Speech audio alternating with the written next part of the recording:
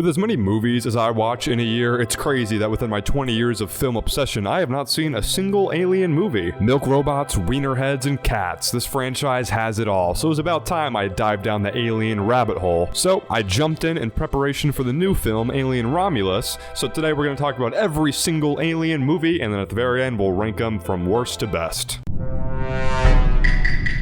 So, what is there to say about this movie that hasn't already been said? It's a classic, it's a masterpiece of its time, and a horror movie staple. First off, I'd like to give a round of applause to the man, Ridley Scott. My dad was 8 years old when this movie came out, and he is still pumping out films today. He's a producer on Romulus, and he's got his Gladiator sequel coming out in November. It is crazy to have been working for this long and have such a strong body of work. Anyways, back to the matter at hand, 1979's Alien. Whoa! Someone get that guy a Tums! Right off the bat, when I was watching this movie, I was blown away with the sets. I mean, there's something just so cathartic about watching a movie and knowing that what you're watching is really there, and everything that the actors are standing on and interacting with are real. From the incredible ship design to the xenomorphs to the practical gore effects, there's just a level of practicality to it that you do not see in films today, because 90% of what gets made today is filmed behind a blue screen or a green screen. This film plays out a real fun game of cat and mouse between the alien and the crew of the ship, and it does such an excellent job of building tension. I love seeing such a small, charismatic group of people for the cast, and Eleanor Ripley makes for one of the best final girls in any horror movie. And the cat. You gotta give them some bonus points for letting that cat live. Can't say the same for Alien 3 though. And I always love seeing my main man Bilbo Baggins, I mean Ian Holm, which I can say I was quite taken aback by the reveal that his character was a robot, or in these movies they're known as synthetics, which they also just had such a gross yet cool practical effect for the innards of the synthetics with all that white milk, blood, whatever you want to call it. But I mean, the practical xenomorph will always go down as one of the most iconic looks and characters in the horror genre, and you can even juggle Sub-Zero with him, so that's how you know he's made it. 4 face huggers out of 5. Not enough Alien. I sure hope the sequel is plural.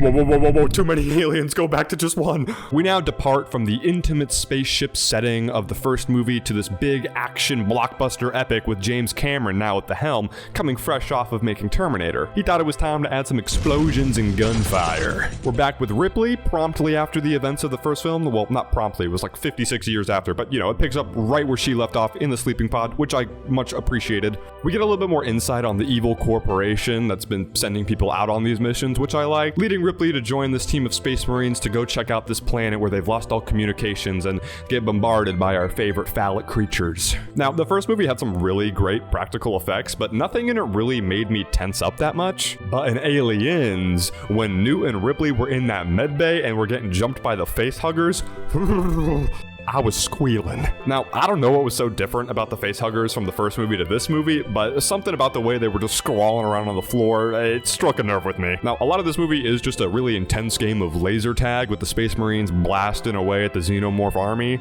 but it was fun. This movie had a really fun final act, and I could definitely tell it was like the summer blockbuster for '86. Seeing that mother alien poop out all those eggs was quite gross, but I did very much love the design. Again, everything just looks so much better when you do it practical. This movie gave us some amazing lines, one of which made me laugh a lot. I say we take off and nuke the entire site from orbit. It's the only way to be sure. And it's got one of the most iconic lines, which had me pumping my fist at my TV and even quoting along with her, even though it was my first time watching it. Get away from her, you bitch! I hate to make another Mortal Kombat reference, but my nerdy ass just can't help myself. I gotta play this clip. Get away from her, you bitch. Excuse me? You know, the movie. Tiny girl, ginormous alien. No? Seriously? 4 out of 5 face huggers again. This was quite a fun one. I sure hope these next couple are gonna be just as fun. Right? Spoiler alert, they're not! Alien 3 or Alien Cubed, I don't know why they made that 3 so tiny. I had low expectations going into this one, but then a name popped up on my screen and my ears perked up. Here I come. Oh, here I come. I'm a big fan of David Fincher. He's made some of my favorite movies, so I was quite curious to see what he was going to do with the IP. Well, unfortunately, not off to the strongest start, because he just immediately undoes all the hard work of Aliens by killing everyone that survived from that movie except Ripley in the first 2 minutes. I was still going to give this movie a chance, so I kept going. I thought the whole prison setting was kind of unique, and I really enjoyed the dynamic between Ripley and Clemens. However, they did immediately lose a star for blowing up the dog. Like bro, we have all these sweaty, gross inmates who are like murderers and rapists, and we have to use the innocent dog to be the host for the xenomorph baby. Come on. What are we doing? Also, whose idea was it to try and CGI the xenomorph in some of the scenes? Like, but we were not there yet with the technology. Can we please just keep it practical? Now, granted, we did have some practical shots. Like, I mean, one of the most iconic shots of the franchise that was definitely practical. But then you look at something like the corridor chase scene, and it just looks awful. And whose idea was it to do the POV? I mean, it was kind of a cool idea, but just a really poor execution. I honestly don't really have too much more to say on this movie. 2.5 facehuggers out of 5. I fell asleep about 40 minutes into this one, and I did not care to go back and finish. 0 facehuggers out of 5. Alright, it's been 15 years and Ridley Scott's decided he's gonna kick the bucket again to try and do something to revive this franchise. Now, this time around, we've got a star-studded cast with a whole bunch of hot people, and they've set out to find out where they really came from. I thought the whole idea of the engineers in this universe was kind of unique, and I like how full circle certain things were, like seeing that ship that, we see at the start of the first Alien movie, and like knowing that the pilot that they saw inside briefly was an engineer in their suits. That stuff was cool. Big standout for me was Michael Fassbender's synthetic character, David. He just had such a great demeanor to him the whole movie, and I love the way he played that character, and I very much loved all the extra stuff we get to see in the sequel to Prometheus, which we'll get into that later. Now, at this point in the franchise, the only real scene to get me squeamish was that one medbay scene in Aliens, but this one takes the cake, because when Dr. Shaw had to extract that alien out of herself, that was tough to watch. But I know that this one has a lot of mixed reviews with people, and I understand why. Ridley Scott attempted some really big ideas. I think some of it worked, some of it not so much. But I mean, he had a tall task that he placed on himself when trying to craft a big, giant, larger-than-life origin story for the aliens, and like also where these people supposedly came from within the franchise. But this was a much more grander movie with its scope, and I appreciated it for that. 3.5 facehuggers out of 5.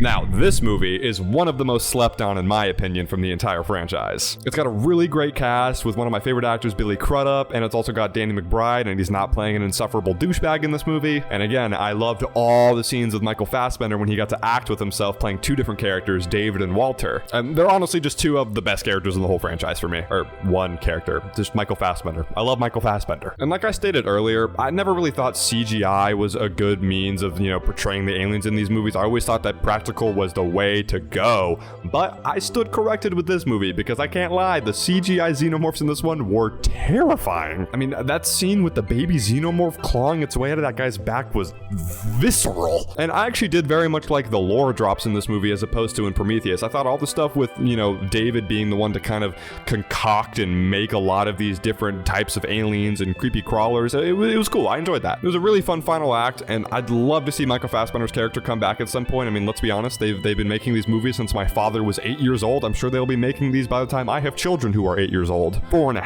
facehuggers out of 5. And here we've made it to Alien Romulus, the newest entry to the franchise. Came out just this past weekend as of filming this. It's the film that made me want to go down this whole alien journey, so I grabbed my candy, I grabbed my friend, and headed down to my local AMC. Big spoilers ahead. I know this movie just came out, so if you don't want it spoiled, maybe skip to the end, or just come back, go see the movie, come back and finish this video. Now, right off the bat, one of the things I was looking forward to was an all-young cast. I was hoping to see some fresh new ideas alongside the fresh young faces we were going to have, and fresh ideas I received, along with some reuse, but we'll get into that. Again, 2 big highlights for me, character-wise, were Andy and Rain. While I was watching, I was debating in my head if Andy was giving a better synthetic performance than David did. I mean, the actor Andy Johnson Not Andy Johnson, David Johnson. It's right there. Read it. You wrote it. Anyways, David Johnson just brings such an awesome performance. And if you've seen the movie, you know what I'm talking about. I mean, he starts off kind of like almost childlike, and then something unlocks in his brain when he gets a new chip upgrade, and his whole demeanor completely changes, and that you really get to see the actor's work shine. Again, alongside our final girl in this movie, Kaylee Spanish, who just brings a hard-hitting performance, which, total random side note, HBO should have casted her as older Ellie. What are we doing, bro? She looks just like older Ellie. We were robbed. HBO robbed us. Well, let's get into some of the sequences I like so much in this movie. Personally, it has, in my opinion, one of the coolest sequences out of the entire franchise. My favorite being when they got to play around with the zero gravity. There was the scene where Rain was just blasting through all these xenomorphs and the zero G was turned off or on. I don't know science. Everything was floating. She was shooting a bunch of these xenomorphs, causing all the acid blood to kind of swirl and whirl around in the area. And after she had killed everyone, she had to like float herself through, dodging and avoiding all of this acid that was floating. Very cool, very unique, very clever. I love that a lot. I also love the sequence where they had to try and sneak through a room filled with facehuggers. They like set the temperature of the room to match their body heat, and we just haven't had any like sneaky scenes to that degree. It was fun. I enjoyed that. It was a really great way to build tension, and again, we were finally back to practical xenomorphs and facehuggers, and they have never looked better. And this movie had a really gripping final act, and it gave us one of the most terrifying creatures in the whole franchise with this thing. I thought the full CGI recreation of the sadly passed away Ian Holm was a little weird, and it didn't look amazing, but it was kind of cool to see that character again. The fan service in this movie was through the roof, and I can see that being a big complaint for a lot of people, but I can also see, the fans feeling serviced, and I kind of feel like I'm in a little gray area in between, There were some times where I was like, okay, this is definitely just a lot of nods to the OG stuff, but there was some stuff that got me hyped, I can't lie. Overall, I had a lot of fun with this one. It's the only Alien movie I've had the fortune of getting to see in the theaters. We're giving this one 3.5 facehuggers out of 5. Now that we've gone through every single one of the Alien movies, it is time to rank these suckers from worst to best. Coming in at number 7, we got Alien Resurrection. I fell asleep. I don't need to say any more about that. Number 6, we got Alien Cubed. Number 5, it's going to Prometheus. Number 4 is Aliens. I know, come at me. I'm putting Romulus over Aliens, like I said. Number 3, it's going to Romulus. Number 2 is going to Covenant, and number 1 is going to be Aliens. Now, I know I technically rated Covenant higher. 1 and 2 are like kind of interchangeable for me because I think Alien was the better film, but I feel like I just had a much more fun time with Covenant. I feel like what I told my friend earlier was I think Alien is the better film, but Covenant's the better movie, if that makes any sense at all. If you've made it this far into the video, give yourself a big old pat on the back for surviving my yap sesh, and I'll see y'all next time. Peace.